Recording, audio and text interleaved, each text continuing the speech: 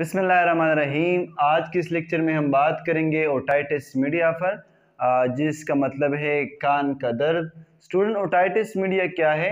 It is inflammation और infections located in middle air. जब middle air के अंदर इन्फ्लेमेशन और इन्फेक्शन पैदा हो जाता है तो इसको कहते हैं ओटाइटिस मीडिया।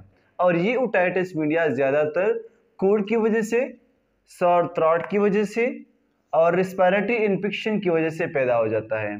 अच्छा, जब ये ओटाइटिस मीडिया कान का दर्द आता है तो इसमें असल में होता क्या है, इसमें फ्लूइड जमा हो जाता है बिहाइंड द एयर ड्रम, और एयर ड्रम जो है ये बल्ज आउट हो जाता है और ये बाहर की तरफ धकेलता है। ठीक है।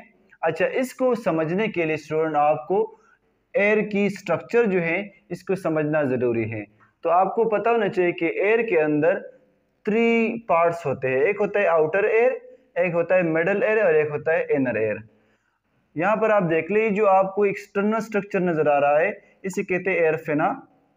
इसके बाद ये एक ट्यूब आपको नज़र आ रहा है, इस ट्यूब को कहा जाता है एयर कैनाल। इस ट्यूब के ख़त्म होने पर यहाँ पर एक पर्दा लगा हुआ है, उसका नाम है एयर ड्रम। यहाँ पर जो कान का हिस्सा है इसे कहते हैं आउटर एयर। इस पर्दे के पीछे 3 छोटे छोटे बोन्स होते हैं जिसे कहा जाता है एयर आसिकल्स, मेलस इंकस स्टेप्स। ये 3 बोन्स हैं और इसके साथ साथ कुछ स्पेस है, तो इस जगह का नाम है मिडल एयर।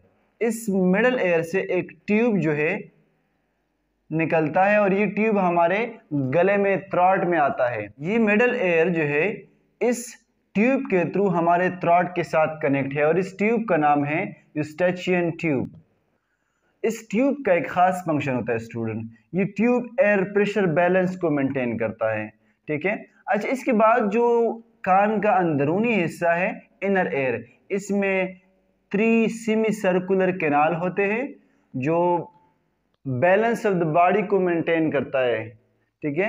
इसके साथ साथ एक रिंग लाइक स्ट्रक्चर होता है जिसे कहा जाता है कॉक्लिया, और इस कॉक्लिया से ऑडिटरी इम्पल्स जो है ये ऑडिटरी नर्व्स के थ्रू हमारे दिमाग में जाता है। ठीक है।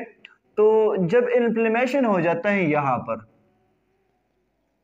इस मिडल एयर में, और ये इन्फ्लेमेशन ज़्यादातर जब हमारे रिस्पायरेटरी सिस्टम यानी थ्रॉट में, पैरिंग्स में जब इन्फेक्शन पैदा हो जाता है कोल्ड और सॉर थ्रॉट की वजह से या कोई और वजह से, जब बैक्टीरिया इस ट्यूब के थ्रू हमारे इस मिडल एयर में आ जाता है और यहाँ पर इसकी मल्टीप्लिकेशन हो जाता है,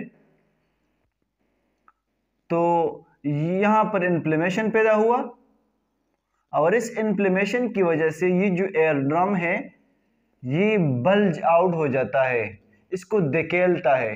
तो जब यहाँ पर इन्फ्लेमेशन पैदा हो जाता है तो इस बीमारी को कहते हैं ओटाइटिस मीडिया।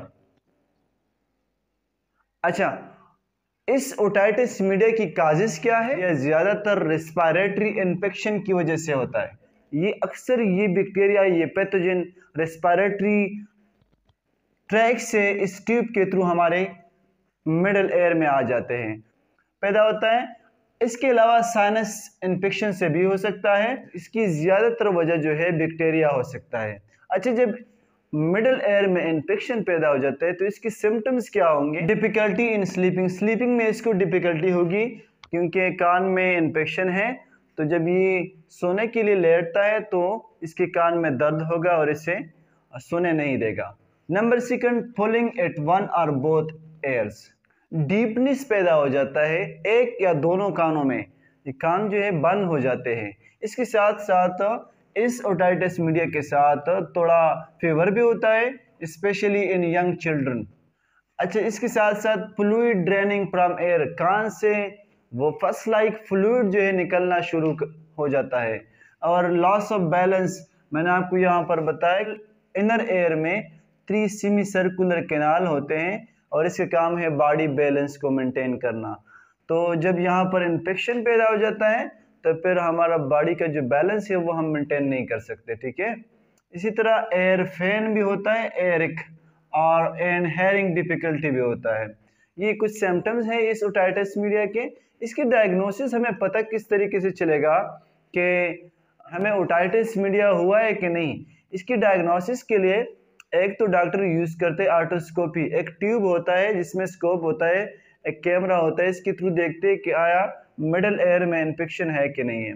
इसके साथ साथ पेशेंट हिस्ट्री से भी, साइन और सिम्टम से भी हम मालूम कर सकते हैं कि ओटाइटिस मीडिया है कि नहीं है। अच्छा, इसके ट्रीटमेंट के बारे में बात करते हैं। तो ट्रीटमेंट, अगर ये अक्यूट ओटाइटिस मीडिया है तो ये 70 to 80% ये खुद ब खुद रिकवर हो जाता है आफ्टर सम टाइम। लेकिन अगर ये क्रॉनिक ओटाइटिस मीडिया है तो इसके लिए हम एंटीबायोटिक यूज़ करते हैं, स्पेशली पेंसिलिन, एमॉक्सिसिलाइन एक एंटीबायोटिक है, वो यूज़ करते हैं। अगर इसकी ट्रीटमेंट ना किया जाए क्रॉनिक ओटाइटिस मीडिया की, तो फिर ये जो इन्फेक्शन है ये इस मिडल एयर से हमारे ब्रेन में आ सकता है। ठीक है, तो इसके लिए इसकी ट्रीटमेंट जो है ज़रूरी है, जो क्रॉनिक ओटाइटिस मीडिया होता है।